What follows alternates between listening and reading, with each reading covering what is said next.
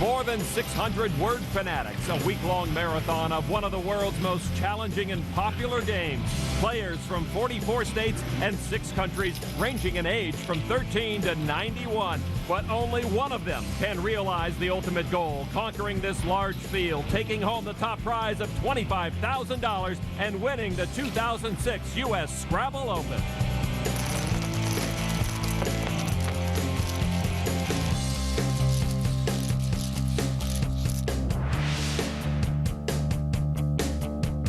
Welcome to the Arizona Biltmore Resort in Phoenix. I'm Lon McCarran, joined by Stefan Fatsis, author of the best-selling book Word Freak, chronicling the world of Scrabble. As expected, a big turnout here, Stefan. 625 players. They played 28 games to determine which two will meet in a best-of-5 finals. Here's some of the people that were in the hunt. Robin Pollock Daniel, one of the top women players. Randy Greenspan. There's Marlon Hill of Baltimore, a runner-up in this tournament a decade ago. And Chris Cree, a businessman from Dallas who's been craving this title for years. Mark Pistolesi there from Hawaii. He was a big surprise in this tournament. And there's a good look at Pakorn Mimit-Mansuk, one of the group of expert players from Thailand. Pakorn posted a big win over former national and world champion Brian Capoletto, but it was not enough to reach the finals. Some players you and I have watched take the crown in the past also won't be repeating. There's concert pianist Trey Wright, the 2004 winner. He finished in 23rd place with 15 wins. And last year's runner-up, Panyapon Sujayakon, also from Thailand, came in 24th. Last year's champion, David Wiegand of Portland, Oregon, right there. It just wasn't Dave's tournament. He finished 47th of the 76 players in the top division. And that opened the door for 2 first-time finalists. One of them, Jeff Teveno, a 36-year-old copy editor and musician from Austin, Texas. The other right there, 48-year-old Jim Kramer, a professional proofreader from Roseville, Minnesota. Huge contrast here. Jim's been playing Scrabble since the early 1980s. He's won 28 tournaments and has finished in the top 10 in the national championship 3 previous times. Jeff didn't play in a Scrabble tournament until less than 3 years ago, and he's such an unknown that he hadn't even met Jim Kramer until this week. Well, Jeff looked stunned to be in the finals. He was the giant killer at this tournament and earned his way into that final match. Rated 65th in the top division, won 19 games, earned his spot in the finals. His opponent, Jim Kramer, finished with 21 wins against just 7 losses, and these two will square off in Game 1 of the finals of the 2006 US Scrabble Open. Let's take a look at some of the rules for the finals.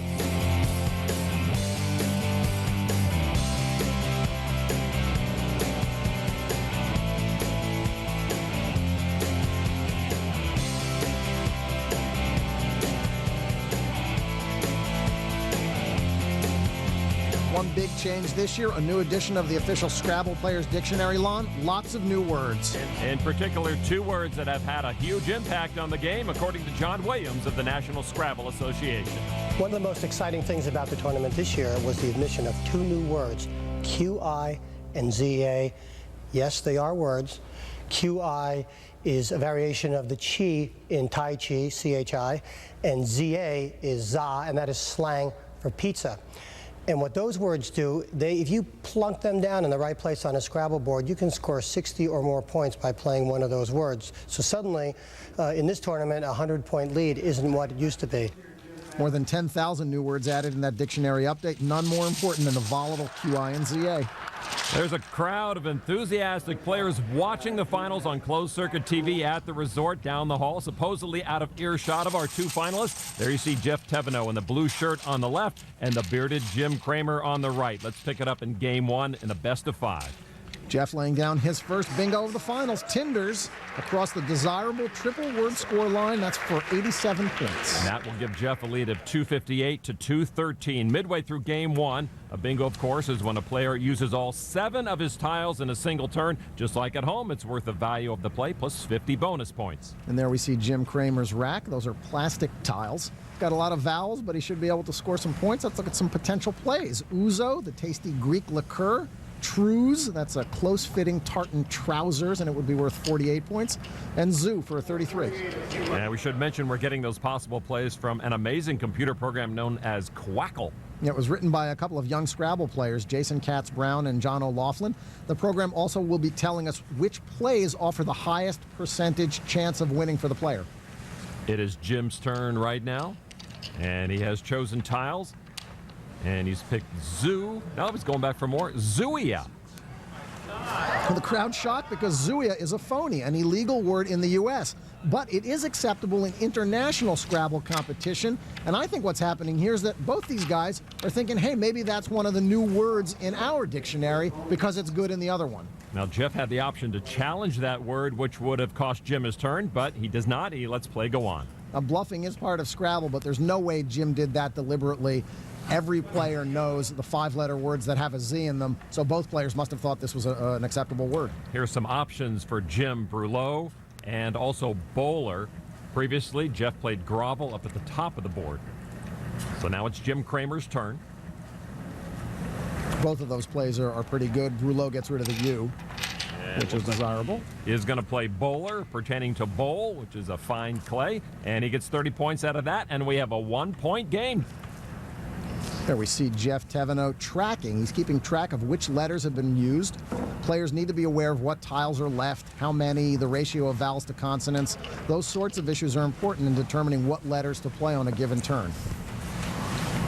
Now, as we see the two players throughout the game, you can see the clock, another tool of the trade. A player's clock runs only when it is their turn. They each have 25 minutes to complete all of their moves in a game. If they exceed that time limit, they will be penalized at the rate of 10 points per minute. Now we see Jeff playing Mo, Bo, and Zhao for 33 points. You can see the exact time left for each player. Jeff replenishes his rack. And Jim has the second blank. He also had the first, and in a close game like this one with just 20 tiles left in the bag, that could be the difference. Jim does have a couple of bingos, which we see right here along the bottom of the board. I would imagine a tournament veteran like Jim certainly would play those bingos. 28 wins under his belt. He understands the pressure of the finals, and he's reaching for a lot of his tiles. And it does look like he is going to play Augites. That blank is going to be the A. And there is Augites. That is worth 72 points. Jim Cramer takes a lead, 351 to 313. That may look like an unusual word, but the Scrabble player is very common letters. You see Jeff grabbing his head. That's probably because he realizes that he has a bingo on that rack. Pierogi, P-I-E-R-O-G-I. That would be a huge score, but no place to play it. Jim blocked it with his last play, Augites. Nearby, the crowd watching on closed-circuit TV, anxious for Jeff's next play. He can't play Pierogi, so he'll play Pilot for 27 points. Along with the two finalists in the room, officials and scorers keep track of the action, and you can see them from time to time in the background. Yeah, Bonnie Rudolph and Mary Rhodes in the referees' jerseys there. They're judges. And in the corner of the screen, we saw two annotators. They're recording each player's rack and move, Steve Pellinen and Scott Smith. Also in there, John Chu. John is providing the online play-by-play. Millions of hits on the National Scrabble Association website following this tournament throughout the week. Jim about to play. And Jim plays Bind. And judging from the background noise and the crowd in the room, they love it. And they should. Jim had 7 consonants on his rack, and he turns lemons into lemonade, scoring points, blocking any bingo possibilities for Jeff through that P. Now just a few letters left in the bag and trailing by 29 points. What can Jeff hope for at this point? Well, both players know what's unseen. That is, what letters haven't been used. And in this case, they both know there isn't much chance for Jeff to score big, especially not with what he has, a bunch of low-scoring tiles. Whatever he does, Jim has a chance to score in return. Jeff looks like he set up Genie on his rack, G-E-N-I-E, but it's not clear to me where he might play that. Well, Jeff, the newcomer to this type of tournament pressure, feeling the heat. He does play Genie for 27 points, and he added an E to the earlier phony word Zuia. Is it acceptable now, Stefan? Nope, still not. Okay. But as with Zuia, it is acceptable in international play, which uses a British dictionary. Jim may or may not know whether Zuia is good, but he shouldn't care. Jeff's only got 2 letters left. If Jim is tracked correctly, he knows what they are. He'll find a place to score enough points to win.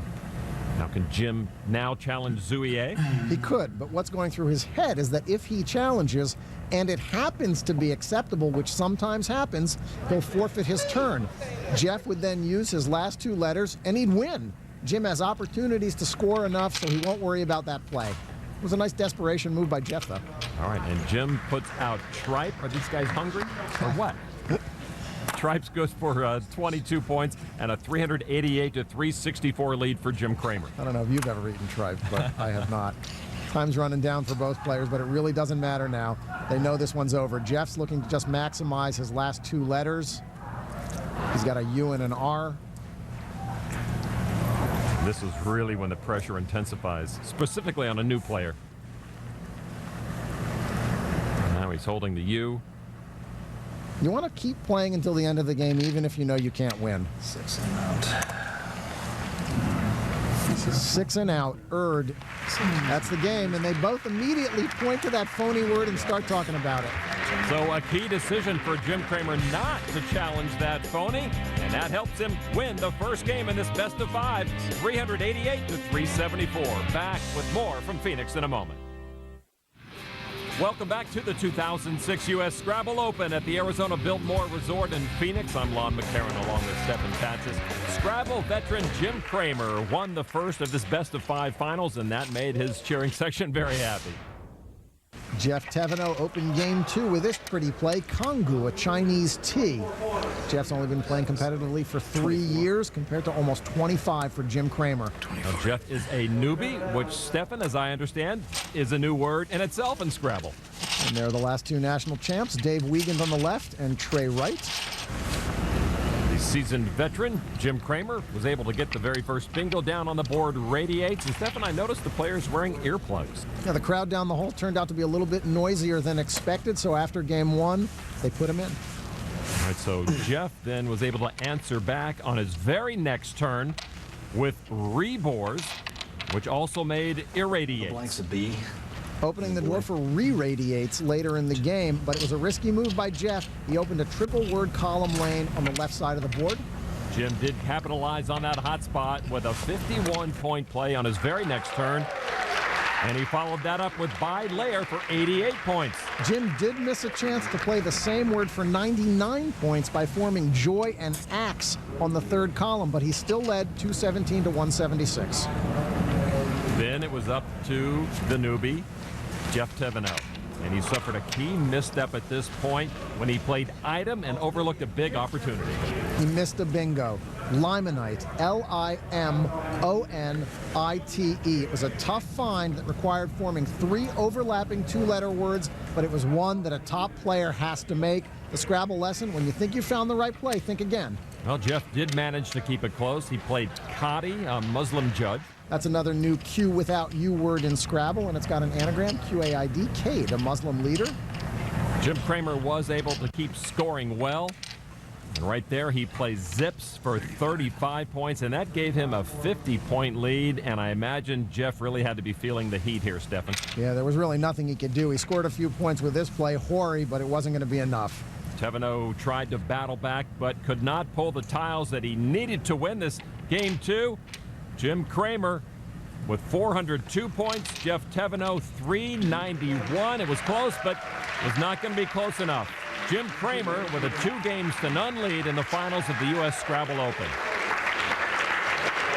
Soon thereafter, it was game 3, and now or never for Jeff Teveno. I think they're ready. Let's have a great game. And you hear Jim say, let's have a great game. Which is what Jim always says at the beginning of a game. The difference between Jim and other players is that he actually means it. Stefan, explain more about the need for the earplugs. After game 1, Jim and Jeff both said they could hear the loudest cheers from the audience, and they both raised the concern that they might pick up something from the sounds, what they had just drawn, whether somebody had gotten a blank. So officials went out, they asked the audience if anybody had some fresh earplugs, and lo and behold, some of the players did.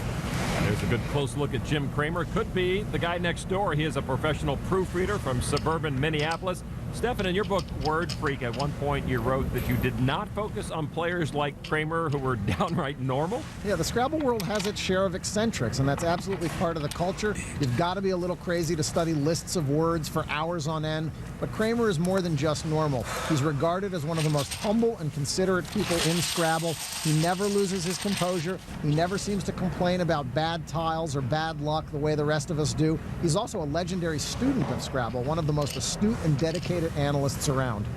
Jim opened up with a go for just 8 points, and you look at Jeff Teveno's opening rack, he's got 3 eyes. And you see him set the tiles down there. He's going to exchange, trade them back. Jeff indeed reaching into the bag. He's exchanging 5 letters, all 3 of those I's, the G and the M, and that leaves the R and S on his rack.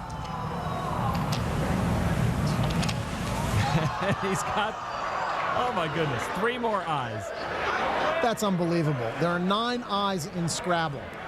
He had 3 of them on his rack. There were 6 left in the bag, and he pulled 3 more. The odds on that have to be very long, Stephen.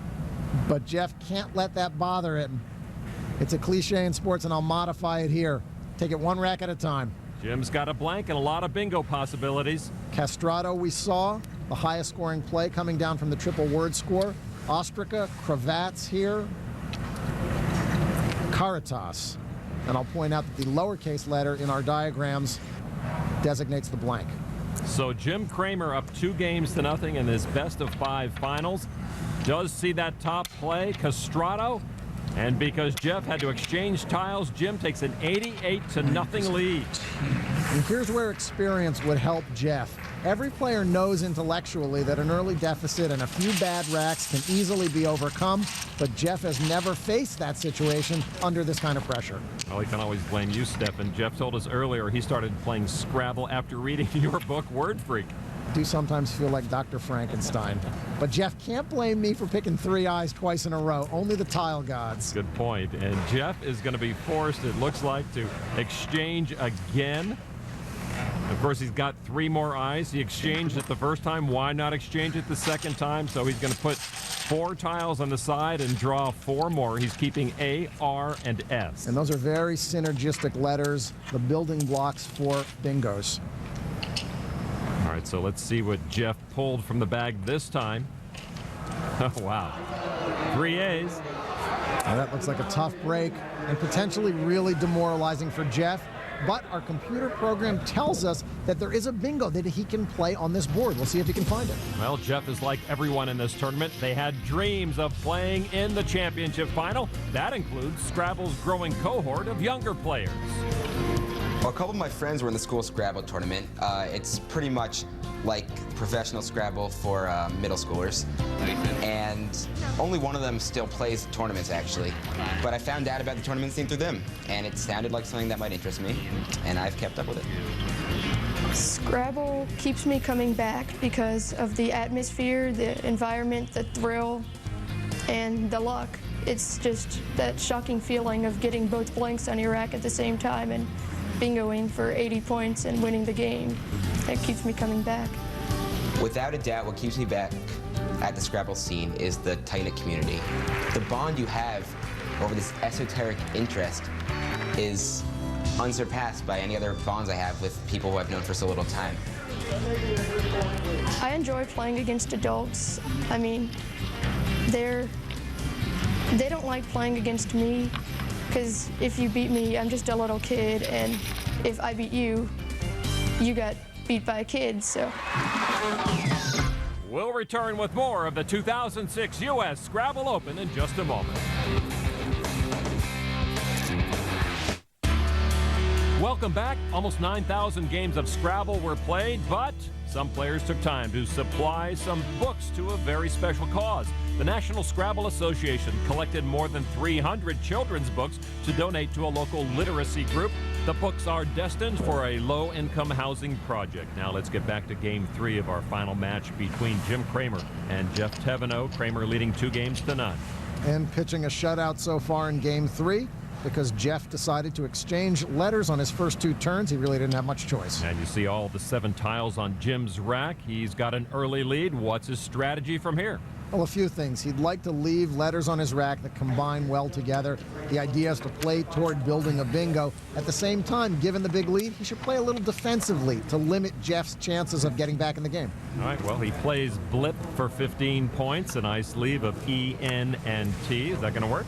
Well, it does in terms of rack leave, but it also opens a couple of new bingo alleys through the B and the L of Blip, where Jeff might be able to play. Now, we noticed earlier the computer did see a bingo in Jeff's rack. That would be a key find for him, and it looks like he found it. Sacraria. Now, Jeff's made some mistakes so far, but that is a championship caliber play. That's the product of some dedicated studying and very impressive vision under pressure. Lesser players would have given up with those 3 A's, but Jeff persevered and launches his comeback. He also blocked a bingo by Jim, retaking through the first A in Castrato. A key play for Jeff. Both of these players work with words in their day jobs. Jim's a proofreader for a financial printing company. Jeff is a copy editor for a company that produces standardized tests. As we've talked about before, Scrabble is more of a math game than a word game, though, Stephen. Yeah, Jim's sort of a Scrabble oddball that way, a top player who actually majored in English at St. John's University in Minnesota. We saw Jim play Park, and the viewing audience in the other room keeping track of everything with their laptops. A math function there, and Jeff's musical background makes some Scrabble sense. Music and math are related in the brain. Jeff plays guitar and keyboards. He's done everything from jazz to speed metal. The last band he was in was an 11-piece group out of Norman, Oklahoma called Banana Seed. It cut a CD, and it opened for some big-name 1980s acts on nostalgia tours like the Australian group Men at Work. Well, Jeff is also looking to come from down under and get back in this game. And there's a joke that you've got to be a certain age to understand. I am, thank you. Jeff plays swound, meaning to swoon. And Quackle, our computer friend, says it's the best play and that it gives Jeff a 30% chance of winning the game. Not bad after trailing 103-0. Jeff recognized he had to do something big, and that bingo certainly helped him out. Now let's take a look at Jim's rack. Looks promising. He's got 3 E's. Might be a drawback. If he had an H, he could play 18. Instead, he'll be looking once again to score a few points, shape his rack, keep the most bingo-prone letters, the letters that occur frequently in English. Scrabble players tend to study words according to the probability that their letters are going to turn up. Words with A, E, I, N, R, S, and T are at the top of their lists. All right, so with G, Jim keeps E, I, N, and T in his rack. He's got a 50-point margin now. Jeff's got some letters that go together very nicely. And what I often do in situations like these is set to one side the letters I'd most like to keep. Then consider how much it can score, what the trade-offs are to unloading the other ones. Quackle says play off the I and the M. Yeah, we see one way to do that with impark, which means to confine in a park. Also lisp and imp. But lisp requires that you know sacrariol. It scores decently, but there are only 2 S's left in the game, and Jeff has one of them. S's are crucial for making bingos, and that's what Jeff really needs to do. Imp is interesting, creates a potentially delicious scoring line for Jeff. In the best of circumstances, a triple-triple covering 2 triple word score squares at once, worth 9 times the value of the word. Wow. Well, Jeff goes with creamy for 18 points. And I'm not sure that playing the only 2 vowels on his rack is the right move there, and Quackle backs that up. Now, Preemy's win percentage is 28, substantially lower than the 33% for impark. Jim's turn now. And Jeff didn't know this, but the one advantage of Preemy was that it blocked Jim from bingoing on this turn. That's the second time that's happened to Jim. And if that R had still been open, Jim would have been able to play intertie, I-N-T-E-R-T-I-E, covering 2 double word score squares, 4 times the value of the word plus 50. It would have been 82 points. One competitor here in Arizona, Nadine Jacobson, has over 20 years of tournament experience. Scrabble's challenging enough, but Nadine must play it without her eyesight.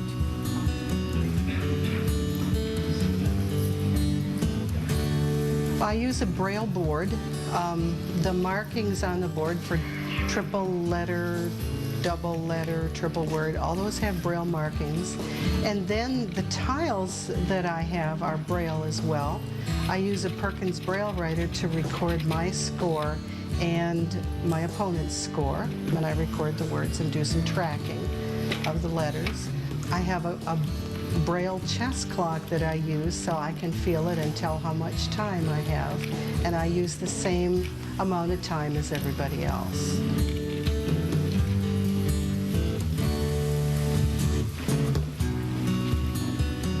I think I'm at a slight disadvantage, and there isn't much to do about it. I have to keep the board pretty much in my head. But the fact of the matter is, most of Scrabble is learning words and memorizing word lists and doing anagramming. But, you know, Scrabble's a wonderful game for blind people, and I would encourage blind people to take it up and to start coming to tournaments because it's a wonderful, wonderful game and a wonderful chance to meet people and compete with people. Scrabble players come from all walks of life, and I love the wonderful people I meet. I love the clean and simple competition. You win or you lose. Doesn't matter who you are, if you're rich, if you're poor, if you're this, if you're that. It's just you win or you lose. With a 15-13 record, Nadine finished in the top half of Division 4 at the US Scrabble Open here in Phoenix, and she plays the same club in Minnesota as our finalist, Jim Kramer. Back with more in just a moment.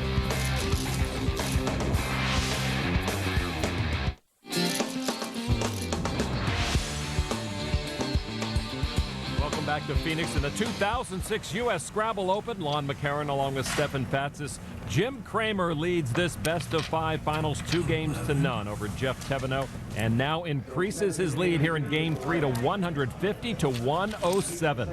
Both players have sort of had great letters, but stuck with some clunkier ones, so they're trying to harvest the good stuff in hopes of building a bingo, a play using all 7 tiles.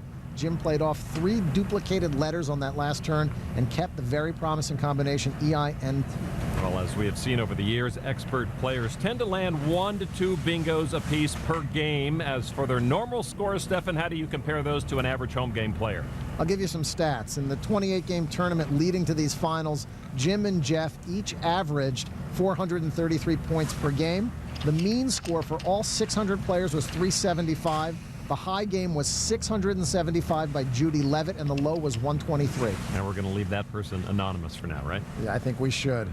And that's the official Scrabble Players Dictionary. Someone in the audience has opened it to the Z's, maybe looking up Jeff's possible plays. And he plays Azo, and the audience loves it. He just played off 1 letter, the Z, but it was by far and away the best play according to our computer analysis. Jeff is patiently chipping away at Jim's lead, which was once more than 100 points. That is Jeff's rack. He had only 1 tile to pick, but got the blank. There's Jim. He's arranged his letters there in alphabetical order. That's a common practice for players who study lists of words that way. Jim told me he really didn't feel prepared coming into this tournament. He had too much work. Jeff said he studied 3 or 4 hours a day for the past couple of months gearing up. Now Jim plays any for 31 points. Using the 4-point Y in 2 directions on a triple letter score. Now Jeff does not waste any time with his next play. He is going to play slotting for 77 points, and Jeff Tevenot has his first lead of this game. He also could have played gluttons down from the G, which would have been slightly more offensive, creating some new bingo lanes. But now he has the lead. He gets to pick 7 new tiles. With the second blank still out there, no need for him to be careless. What a shot in the arm for Jeff Tevenot. Down 2-0. He's got to make something happen quick. Now there's Jim's rack. 2 E's and 2 I's, and it's his turn to play. And Jim gets rid of 1 of each of those for 10 points. Another clearing play for Jim. Jeff Tevenot looking to extend this best-of-5 match, give himself a shot at the $25,000 first prize. And now it's important for Jeff to increase this lead. He'd like to establish a cushion of 40 to 50 points, so even if Jim manages to play a bingo, Jeff still will be within striking distance. Not great letters there. You see the time remaining for each player. Jeff Tevenot wanting to increase his lead, and he plays LUV, and the gallery not shy about giving its opinion on that word. Yeah, Jeff could have racked up 27 points by playing Venom, which we see here, instead of the 12 he got for love, and more than halfway through a close game, that's a lot of points to sacrifice. We can also see the difference in the win percentages. Jitters, inexperience.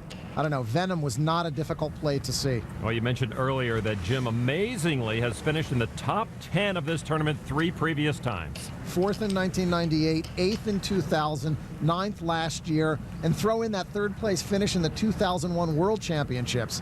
You'll find that the very best stay at the top of this game for a long time, and Jim is one of the finest players without a national or world title. There is a lot to be said about consistency. He plays by for 15 points. That's the 6th time this game that Jim has made a smallish play to clean up his rack. He's got to hope this pays off soon. Now both players have an A, and that could prove important, extending park to parka. You see some of the possible plays. Fovea, a shallow anatomical depression, and Fulman, an enemy in war.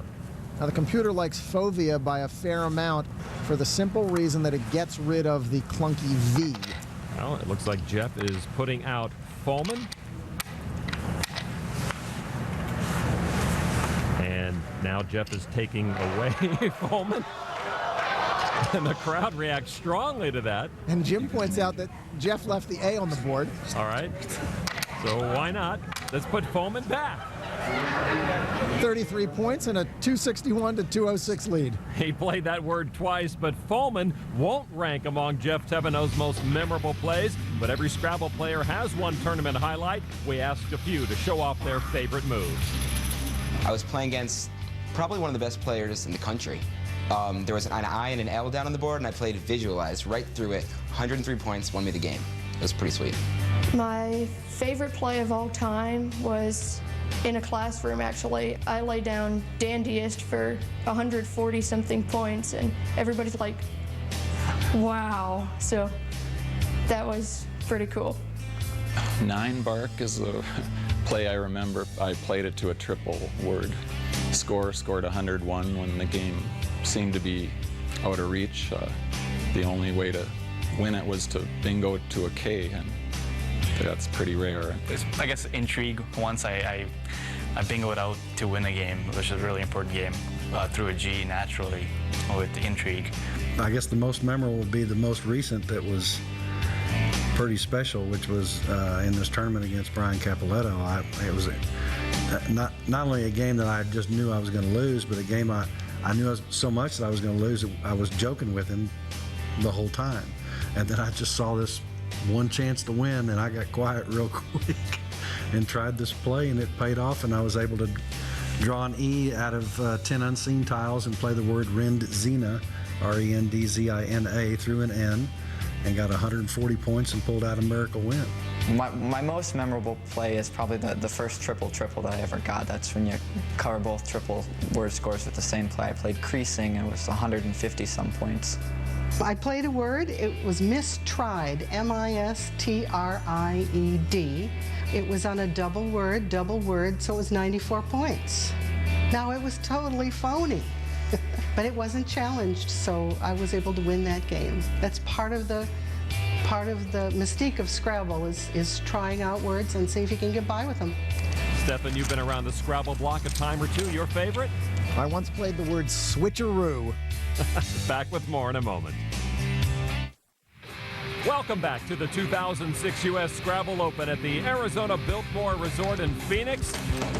Jeff Teveno is trying to push Jim Kramer to a 4th game in this best-of-5 finals. Jeff leads 261 to 206. Right now, Jim's up to bat. Feinted, defiant. He's got him on his rack, but they won't play on this board. This will be the 3rd bingo for Jim that Jeff has unwittingly blocked. Feinted would have been worth 105 points, covering 2 double word score squares, 44 plus 50 points for the bingo, plus another 11 for parka. Huge blow for Jim and a lucky break for Jeff, pulling that A for Foman on his previous turn. And the match gets closer now. Jim gets 33 points. And makes 2 more of those new words in the Scrabble dictionary. F-E, a Hebrew letter, and O-I, an alternate spelling of the interjection oi. We saw the shot of the clock a moment ago. Jim is down near 6 minutes. Is that a problem for him? Not really. He's known as a deliberate player who uses up his clock time, but he's also cool-headed enough to know when it's time to speed up. You want to leave a couple of minutes for the end game, especially if the score is close, as it is here. And once again, Jeff Teveno in the lead is going to exchange some tiles. He definitely had some bad letters, H, V, W, B, D. Keeping E-T as he did is perfectly understandable, but playing wit, which we see here, would have been worth 20 points and padded his lead. And at this stage in the game, it's like a NASCAR race. If you've got the lead and you've got gas in the tank, it's not time for a pit stop. Well, now you see the difference the computer says in the win percentages of those 2 options. 72% for wit, 58% for the exchange, the biggest margin we've seen. And Jeff pulled a Q without a U. And in the meantime, Jim has drawn the high-scoring J and the last S in the bag. So now what are some options for him? There's Taj.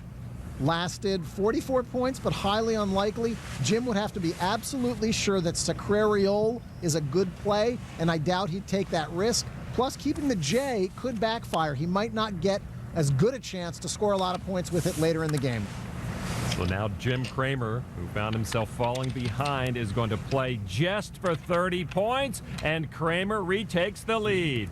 Just a few turns ago, Jim was a 4-1 underdog in this game. Now he's about even money. Well, you alert Scrabble fans at home will notice the board has not spun throughout these finals. Jim Kramer's been playing the whole time upside down. Well, he's not upside down, but the board is upside down. Some players are just comfortable looking at the board that way. Their brains process the board positions just as easily. All right, we saw Jeff had what looks to be an unplayable Q in his rack. What should he do at this point? Yeah, QAT is there, caught, but he's got no place to play it. He should throw back that Q along with the Y. It would leave him with the hugely positive A, C, E, R, and T. And from those letters, Jeff would be in excellent position to bingo. Well, from what we've seen at the board, there seem to be a lot of places for him to do just that. There are. Castrato, which we saw earlier, can be extended into castrator. F can turn into EFT, EFT. A bingo could also start under the N in foeman, NA, NE, NO, NU. Those are all good words. Based on what's left in the bag, there are plenty of words Jeff could draw. Redcoat, reactor, ocreate, uncrate, acerate, just to name a few. Well, the newcomer to these finals, Jeff Teveno, seems to be in pain, and he has decided to exchange tiles. He's going to throw back the C along with a Q and Y. The C is a very powerful bingo tile. Bad move. Jim Kramer will play now, and he's going to play Owl for 29 points. He scores big with that W that Jeff tossed back earlier and moves closer to his first national Scrabble title and the $25,000 payday. If Jeff had kept that C and didn't draw that E, he would have had Redcoat. His clock's winding down. I can't understate how great the pressure must be for Jeff. He never expected to reach this final. He's never had to play in front of TV cameras. He's never had to play knowing former champions or scrutinizing his every move. You can see the tension in his face and body language throughout these games. Jeff plays Ode, O-D-E. Bold move, because that can be turned into Odea, O-D-E-A, along the triple word score column. And Jeff's got the A. He's hoping Jim doesn't have one. But it just wasn't the right move. Well, what do you think was the right move? Well, there's Quackle, and it tells us that simply playing off the O, making J-O and S-O, that was the way to go. With the remaining letters then, Jeff would have had a chance of bingoing with 8 of the 20 tiles that are unseen to him. Pretty good odds right now. We see Jim's rack. He does have the A. He's just trying to decide what word to play up in the upper right corner, making Odea. Laugh a possibility. L-A-I-G-H a possibility. And Jim will make his play. It looks like he is going to play Laugh, scores 38 points. Jim Kramer leads 336 to 277. Does he have this game and championship in the bag? No, the Q is still out there, so is the X. Jeff can still bingo. His best shot might be playing off one letter, the B. That would give him a 1 in 3 chance of bingoing. Well, Jeff plays off the A and V. He makes Nova, and he cuts Jim's lead to 38 points. Time disappearing for both players. Jim quickly plays the X on a triple letter score for 30 points. It's shaping up as a frantic endgame. Jeff Teveno still has a chance to win. Jim Kramer leads 2-0, but as you mentioned, this game is not in the bag just yet. We'll get back to that drama in just a moment, but first, let's meet Candace Hurley. While most Scrabble competitors will head home after the tournament, this 35-year-old will be catching a very important flight overseas. I will be deploying to Iraq and be spending 6 lovely months in the sand, getting a tan in Baghdad, and I will leave and report to the replacement center en route to Baghdad, Iraq. I've been told that my hours will be about 12 to 13 hours a day. That will leave me approximately 12 to 13 hours that I can study my 3-letter words and I can learn all of my stems. And I know it's ambitious, but I do plan to try and start up a Scrabble club there in my little camp, so that way we can get some games on. Candace Hurley placed 19th of 121 players in Division 6 of these championships. In just a moment, we'll come back to Phoenix to complete Game 3 of these championship finals from the US Scrabble Open. Welcome back to the 2006 US Scrabble Open. Very popular and talented player Chris Cree has never won this championship, but this year he won something else, the heart of fellow player Carla Chase. I saw her at a Scrabble tournament in Boston. I saw her at another one in Chicago where I got to know her a little better. Then we started speaking on the phone after that. And we were pretty much in love before we had our first date at the end of June in Michigan at a tournament. Right, of course, our second date, or our first date, I should say, was in line with a tournament because I was in Michigan. And then our second date was 10 days long in Europe at another Scrabble tournament. I asked her to marry me on our way to a Scrabble tournament. She had flown into Dallas from New York. We were changing planes to go to Reno, and I got down on one knee and asked her if she'd marry me. And of course I said yes. Having a Scrabble marriage is a lot of fun, but he can be pretty intense. I take each game very seriously, irrespective of where or when it might be. I take the game seriously, too. I just... She doesn't quite take it as I try to stay on more of an even keel, regardless of what happens. For Chris, it's very important to win. Chris was in the hunt for the finals this week, wound up 16th in Division 1. Carla played in Division 3 and finished in 72nd place. And I'm not the only player who hopes that Chris wins this event someday. Well, Jeff Teveno right now is trying to prevent Jim Kramer from closing out his first Scrabble title. Teveno hoping for a miracle. He's got one chance. Again, he should play off his B and hope to draw an E, I, or O. If that happens, he can bingo and pull out the win. But playing under this time pressure is grueling. Checking the bag for the number of tiles left, and then plays Rex for 10 points. Oh, he drew the Q and the U, but there's not going to be any place on this board to play that. Clock is ticking down. Jim Kramer getting close. 2005 champ Dave Wiegand about to officially relinquish his title to Jim Kramer. Yeah, there's absolutely nothing that Jeff Teveno can do now. You see Jim playing there.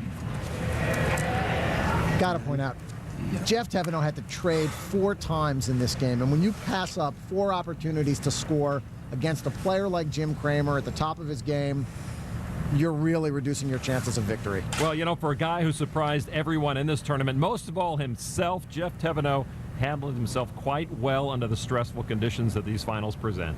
I've studied, I am proud to say, the history of Scrabble. Never has a player rated as low as Jeff Teveno, as untested as Jeff Teveno, come close to winning a national championship. Now, he wasn't perfect, as we've mentioned, but he did quite well. He worked very hard to get himself into this position.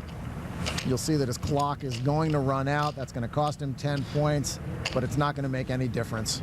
So Jeff and Jim playing out the final moves. Jim Kramer will be the new and very deserving U.S. Scrabble Open champion. Jeff Teveno, nothing to be embarrassed about. I can't stress this enough. A guy that's only been playing for 3 years, and he opened for Men at Work. Indeed. But the thoughts that must be going through this man, Jim Kramer's mind right now, everything he has been through in his Scrabble career, 28 tournament wins, top 10 3 times here, and now about to win it all. You see the scoreboard there, but you didn't need to look at the scoreboard to know what was happening in this game. Just look at Jeff Teveno's body language. He's been shaking his head the whole game. Jim Kramer, meanwhile, calm, cool, collected. The end game usually so very critical. Right now, they're just dotting the I's and crossing the T's, as it were. Jeff Teveno, this will be his last move. This is like taking up golf and qualifying for the US Open after 3 or 4 years. He plays act. He's going to get left with the Q and the U. Even with the addition of QI, that new word that we talked about, you see a player unable to play the Q in a game.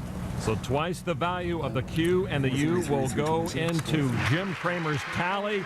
He played by to finish it off, and the final score, Jim Kramer 433, Jeff Teveno 325. And those letters right there are worth $25,000. Jim K., well done. He won't want those earplugs anymore because he'll want to hear the cheers of the crowd. Moment of reflection for this humble, well-liked, and extremely well-respected player. So both players taking a look at the final board. We'll come back to Phoenix and wrap things up from the 2006 US Scrabble Open. Welcome back to the 2006 US Scrabble Open, where Jim Kramer, a professional proofreader, has defeated Jeff Teveneau, a copy editor. They are both being congratulated by National Scrabble Association Executive Director John Williams. I had a 100-point lead right off the bat, and I saw that evaporating. Then he makes just a fantastic play of Sacraria, and I thought, boy, this is gonna go past lunch.